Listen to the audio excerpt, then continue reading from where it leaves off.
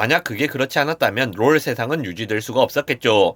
빅툼입니다. 방귀 낀 놈이 성낸다는 속담이 있습니다. 자기가 방귀를 껴놓고 다른 사람에게 성을 낸다는 말로 잘못을 한 사람이 화를 낸다는 말입니다. 사실 이 속담의 진짜 의미는 적반하장과 비슷합니다. 자기가 잘못했다는 사실은 기정사실이면서 염치 없이 화를 내는 겁니다. 하지만 이 속담은 다른 데에도 쓰입니다. 잘못을 한 사람이 잘못을 숨기기 위해서 화를 내는 경우도 있기 때문입니다. 뭐 큰 의미에서는 비슷하기 때문에 속담에 대한 해석은 이 정도에서 넘어가겠습니다. 그럼 이 속담은 어떻게 사용될까요? 여자친구가 화장실에 간 사이 남자친구가 여자친구의 카톡을 읽었다. 야, 너네 카톡 봤지? 아니야, 내가 남의 카톡이나 훔쳐볼 사람처럼 보여? 이런 식의 대화가 그런 예가 될 겁니다. 실제로 찔리는 사람이 그런 반응을 보이는 경우가 가끔 있기 때문에 이 말은 사람들에게 널릴 수 있는 말이 되었을 겁니다. 그러니까 상대에게 어떤 말을 했을 때 상대가 지나친 반응을 보이는 것 같다면 그게 더 이상할 수 있습니다. 아니면 아니라고 차분하게 말을 하면 되는데 막 화를 낸다. 그러면 그 사람은 도둑이 제발 저려서 찔리니까 그렇게 하는 경우도 있다는 겁니다. 너 화내는 거 보니까 진짜인가 보네? 이런 식이 되는 겁니다. 특히 정치인이나 연예인처럼 유명한 사람들의 경우 반응이 그런 식으로 나온다면 했네, 했어, 이렇게 되는 겁니다. 하지만 방귀 낀 놈이 성낸다는 말은 그냥 속담일 뿐입니다. 어떤 논리적인 고찰이 있다거나 심오한 의미가 있는 말이 아니라는 겁니다. 방귀 낀 놈이 성을 낼 수는 있는데 성을 내는 사람이 다 방귀를 낀 것은 아닙니다. 역은 성립하지 않습니다. 심지어 방귀를 낀 놈이 태어난 척 성을 안 내기도 하고 방귀 안 낀 놈이 성을 내기도 하고 상관없는 놈이 성을 내기도 합니다. 누군가에게 어떤 혐의를 씌웠을 때 그 사람이 반응이 거칠었다고 해서 그게 어떤 사실의 근거가 되지는 못합니다. 심증조차도 잡기 어려운 경우가 많습니다. 그런 말씀하시는 분들도 있습니다. 아니면 아니라고 그냥 말을 하면 되는데 왜 그렇게 흥분해서 화를 내시냐? 그게 더 수상하다. 뭐 그렇게 생각하실 수도 있는데 일단 의심을 받은 것만으로도 기분이 나쁜 경우가 있습니다. 심지어 의심이 아니라 그냥 그 말을 듣는 것만으로도 기분 나쁜 경우가 있습니다. 왜냐하면 무고한 사람에게 혐의를 뒤집어 씌운다거나 신념이나 양심과 관련된 부분을 건드린다거나 그 자체로 모욕적인 일과 얽혀 있을 수 있습니다. 그렇다면 그것만으로도 듣는 입장에서는 명예훼손이나 모욕이 될 수 있기 때문입니다. 법리적으로도 그럴 수 있지만 법리적인 부분을 떠나서도 그럴 수 있고 누명을 쓰게 되면 진짜로 그 일을 한 사람보다 오히려 화가 더 날 수도 있는 겁니다. 패드립이라는 것도 다 그렇지 않습니까? 좀 더 상스럽게 말해서 그렇지 기본 베이스는 너희 어머님 혹시 유흥업에 종사하시냐? 이 얘기하는 것 아닙니까? 진짜로 너희 어머님이 유흥업에 종사하실 거라고 믿고서 이야기하는 게 아니라 상대를 모욕하기 위해서 명예를 훼손하기 위해서 한 말이니까 이게 사실이든 아니든 간에 기분 나쁜 게 당연합니다. 여기서 화를 낸다고 해서 그게 사실이 되는 건 당연히 아니고 오히려 화를 내는 게 더 당연한 반응입니다. 만약 그게 그렇지 않았다면 롤 세상은 유지될 수가 없었겠죠. 우리 편 믿는 어머니가 동티모르 국방부 장관이신가 했는데 아닙니다 하고 평온하다면 재미가 없을 겁니다. 누군가가 어떤 말을 듣고서 과한 반응을 보인다면 그건 그 사람이 제발 저려서 그럴 수도 있습니다. 뭐 그런 상황도 있을 수 있겠죠. 하지만 사람이 화를 내거나 기분이 나쁜 데에는 제발 저린 경우 말고도 여러 가지 이유가 있고 그걸 한 가지 이유로만 해석하는 것에는 문제가 있다고 생각합니다. 영상 요약하겠습니다. 상대에게 어떤 이야기를 했을 때 상대가 화를 내거나 기분 나빠한다고 해서 그게 그 사람이 그 일을 했다는 근거가 될 수는 없다고 생각합니다.